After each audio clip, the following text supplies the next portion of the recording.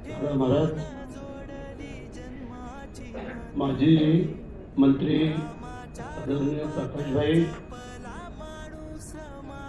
या विभागाचे आमदार आदरणीय परागभाई, आता ज्यांचं आगमन झालं ते सहकार क्षेत्रातील मान्यवर नलावडे साहेब, त्याचप्रमाणे महाडवरून आलेली आमची स्नेहताई, त्या संयुक्ताई, माझे उपस्थित सर्व मान्यवर, बरीचशी नावं घेता येतील कारण या ठिकाणी 17 वर्ष आम्ही राहून गेलेलो आहे. घाटकोपर, पटेल चौक, पन्नगर, आणि म्हणून ज्या वेळेला रात्री गजानन गुडेकर आणि आमच्या काही सहकार्याने 2:30च्या नंतर फोन घ्या, आम्ही झोपेत होतो. आम्ही ज्यावेळेला तरी फोन केला त्यानंतर आम्हाला झोपत लागली, कारण आम्हाला विश्वास ठेवता येईना. मगाशी परागबाई, प्रकाशभाई बोलले त्याप्रमाणे कार्यकर्ता कसा असावा, तर तो कैलासवासी अविनाश जाधव सारखा असावा. आपल्याला सगळ्यांनाच माहिती आहे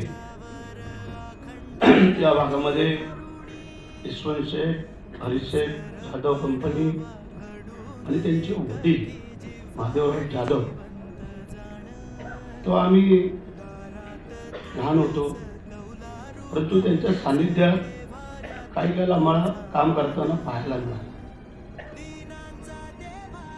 कारण यशवंत शेठ आणि हरीश शेठ हे शेठ होते, परंतु त्यांना गाईड करणारे अविनाशचे वडील होते. महादेवराव जाधव हे प्लॅनिंग, काही कार्यक्रम, कुठलेही काही असेल त्यावेळेला महादेवराव जाधवांचा सल्ला हा अत्यंत महत्त्वाचा असेल. यशवंतराव जाधव मित्रमंडळ, गणपतीचा असेल, कार्यक्रम काही असेल, सगळं नियोजन त्यांच्याकडे असायचं. तो वसा अविनाशने घेतला. वडिलांची कुठं कमतरता भासू दिली नाही आणि कार्यकर्ते आपलंसं करत करत पूर्वी वेगळ्या पक्षामध्ये काम करायचे, नंतर भारतीय जनता पार्टीला अविनाश जॉईन झाला. कारण वडील यशवंत शेठ जाधव ही मंडळी त्यावेळेला वेगळ्या पक्षात होते, आपल्याला सगळ्यांना माहिती आहे. अविनाशने केलेलं काम, कार्य, त्याचा स्वभाव हा मगाशी आपण सांगितला ते कोणी विसरू शकत नाही. आमच्या गुरुमाऊली दादा महाराज मोरे यांचा जो गाव आहे पळची, त्या गावातला जाधव घराण्याचा अविनाश रत्नागिरी आणि रायगड याच्या बरोबर डोंगरावरती, तिकडे त्या बाजूला रत्नागिरी, या बाजूला रायगड, परंतु गाव आपल्या रायगड जिल्ह्यात येतो. आणि मग सांगितलं परागबाई, आपण सांगितलं प्रकाशभाई, परागबाईंना अजून युक्त कधी आला नसेल तिकडे जाण्याचा, पण आपण या तिकडची वस्तुस्थिती, तिथली परिस्थिती, आणि मग आमची लोक जी जास्त प्रमाणात तुमच्या जवळ जी इथे आहेत त्याचं कारण आपल्याला कळलं. परंतु अविनाश सारखा कार्यकर्ता होणं नाही. आज खरं म्हणजे आम्ही तेच दिवस आठवतो की माझ्या निवडणुकीला परागबाई आणि आमची जॉईंट मीटिंग घाटकोपरला लावणारा अविनाश, सगळ्या कार्यकर्त्यांना निमंत्रण देणारा अविनाश, आणि तिथे हे दोन्ही उमेदवार आमचे निवडून यायला पाहिजे म्हणून सगळ्या कार्यकर्त्यांना संबोधणारा अविनाश. आणि मग असा कार्यकर्ता ज्या वेळेला जातो ती आठवण पुढे विसरू शकत नाही. आपलं म्हण आहे, मरावे परी कीर्तिरूपी उरावी, त्याप्रमाणे अविनाश हा कीर्तिरूपी उरलेला आहे. त्याची आठवणी आणि केलेली कामं, ज्याच्यात त्यांच्या बरोबर असणारी सर्व कार्यकर्ते मंडळी सर्व समाजाला बरोबर घेऊन जाऊन कसं काम करावं त्या अविनाशने सगळ्यांना दाखवून दिलं होतं.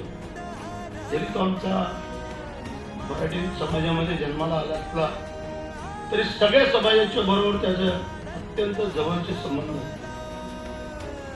प्रकाशबाईंनी मला सांगितलं की वस्तुस्थिती ज्या ज्या वेळेला महाड असेल, कोल्हापूर असेल, आपत्ती आली त्याच्या वेळेला प्रकाशबाई तिथे यायचे आणि त्यावेळेला अविनाश आम्हाला फोन करायचा की भाई निघाले, भाई तिकडे येत आहे.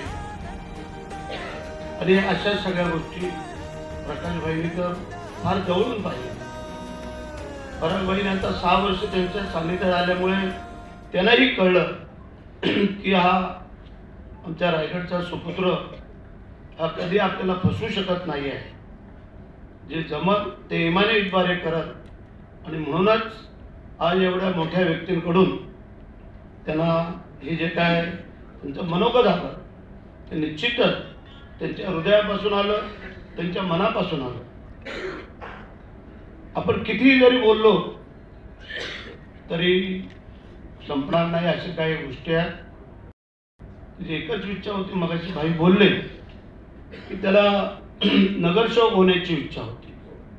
माझ्याजवळ पण बोलून त्यांनी दाखवलं साहेब आरक्षण काय पडते ते पाहूया. पण मी त्याला शब्द दिला होता, बोल पुरी ताकद तुला लावण्याचं काम माझी राहील. जे जे असेल ते माझे तिथले कार्यकर्ते असतील, आमचे तिथले पदाधिकारी असतील, सगळे असतील. आणि म्हणून तुम्हाला सांगू इच्छितो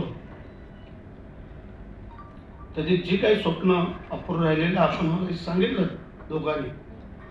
आता मी तुमच्या सगळ्यांच्या कृपाशीर्वादाने 4थ्यांदा आमदार होऊन मंत्रिपदी मला मिळालेलं आहे.